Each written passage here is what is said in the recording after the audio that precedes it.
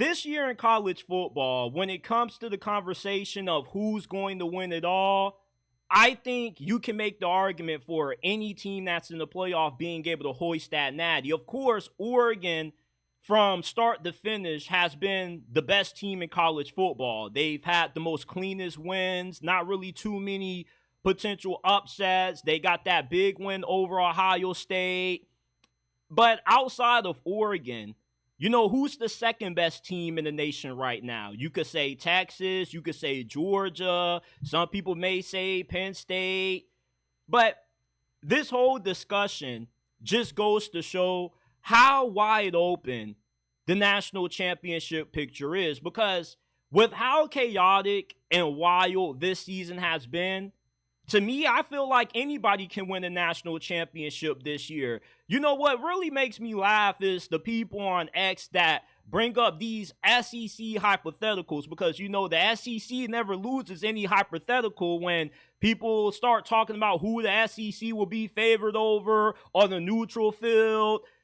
All that sounds good, but in hindsight, you play the games for a reason. And with Georgia Tech having to go to a million overtime periods to almost upset Georgia, you got Oklahoma beating Alabama, Florida beating Ole Miss. It's fair to say that anybody could win it this year, because anybody can lose any given game. And I know it sounds cliche, but it seems like we've had more upsets occur this year than what we've had in recent memory. The thing that fans of this sport have been wanting for the last 10 to 15 years is parity. What can we do to get more parity in college football? How can we level out the playing field where we don't have the same teams competing for a national championship every single year?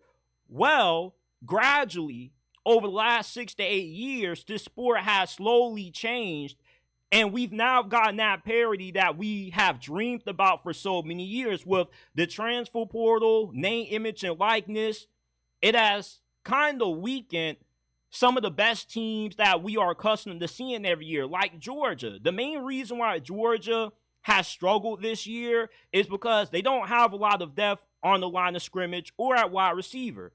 And the reasoning for that isn't because lack of recruiting. We know that Georgia recruits at the top 3, top 5 level annually. But a lot of the guys who would have been backups for Georgia this year are starters for other programs. Whether it be they left Georgia because they wanted more money, Kirby Smart wouldn't fold, or you got guys that just left Georgia because they wanted the opportunity to start and they weren't going to get it staying in Athens.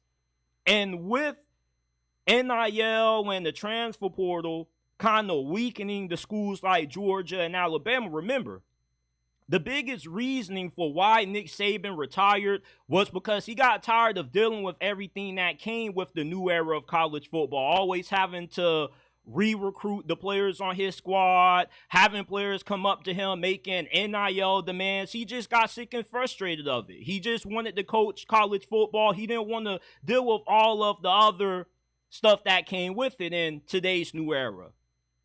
And with the NIL and transfer portal kind of weakening some of the best teams in the nation, you can say that it kind of has helped them, because schools like Texas, Ohio State, who have all the access to unlimited money, Oregon as well, can buy up all the best players. That is true, but there are going to be a lot of backups on those squads that are going to go for greener pastures because they want an opportunity.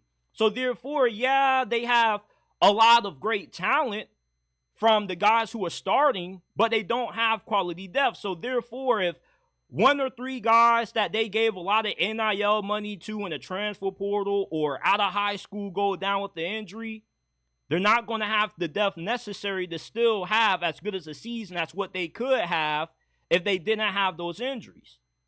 And with the playoffs expanding from 4 to 12 teams, we are going to have more blowouts in the first round, but you're going to see more upsets occur. The Big 12, I'm not going to look at the Big 12 as being anything less than what any of the other conferences are. I think that the Big 12, the ACC is just as good as the Big 10 and the SEC. And although the SEC and the Big Ten, especially the SEC, has more depth in terms of quality teams compared to the other conferences, with how wacky this season has been, you can't pose these hypothetical scenarios and say, well, Alabama, Ole Miss should be in over Indiana because they would be favored over Indiana on a neutral field. If you give Indiana's Florida or Ole Miss schedule, they wouldn't be 11-1. The reasoning why you can't bring up these hypotheticals anymore is because this season has showed that you could be the best team in the world, go on the road, and lose to an inferior opponent. You could be a team like Georgia, favored by nearly 3 touchdowns, and still lose to a team that is nowhere as close to you as a talent standpoint. You know, look what happened to Ohio State today. Coming into this year, Ryan Day felt like it was championship or bust. They spent $20 million on this team just to fall short and lose to the team up north for the 4th straight year in a row. It shows you that just because you have a better roster, you recruit better than everybody else, doesn't guarantee that you're always going to win. And that's what I love about this year's college football season, because for the first time in my lifetime being a fan of this sport, I really believe that it's hard to pick who can win any given Sunday. I used to be knocking out all of my parlays last season. This year, I've only hit about 3-4 parlays out of a 14-week regular season because so many damn upsets have ruined my slips. And if the regular season has been this wild, imagine what's going to ensue once we get into the postseason. You know, if Ole Miss and Georgia, Alabama can have some struggling games or some really weird upsets, you mean to tell me that's not going to happen in the playoffs? Notre Dame, for all we know, could be hoisting up that gold national title championship when it's all said and done. You can't count out anybody this year. You cannot overlook any opponent that you play.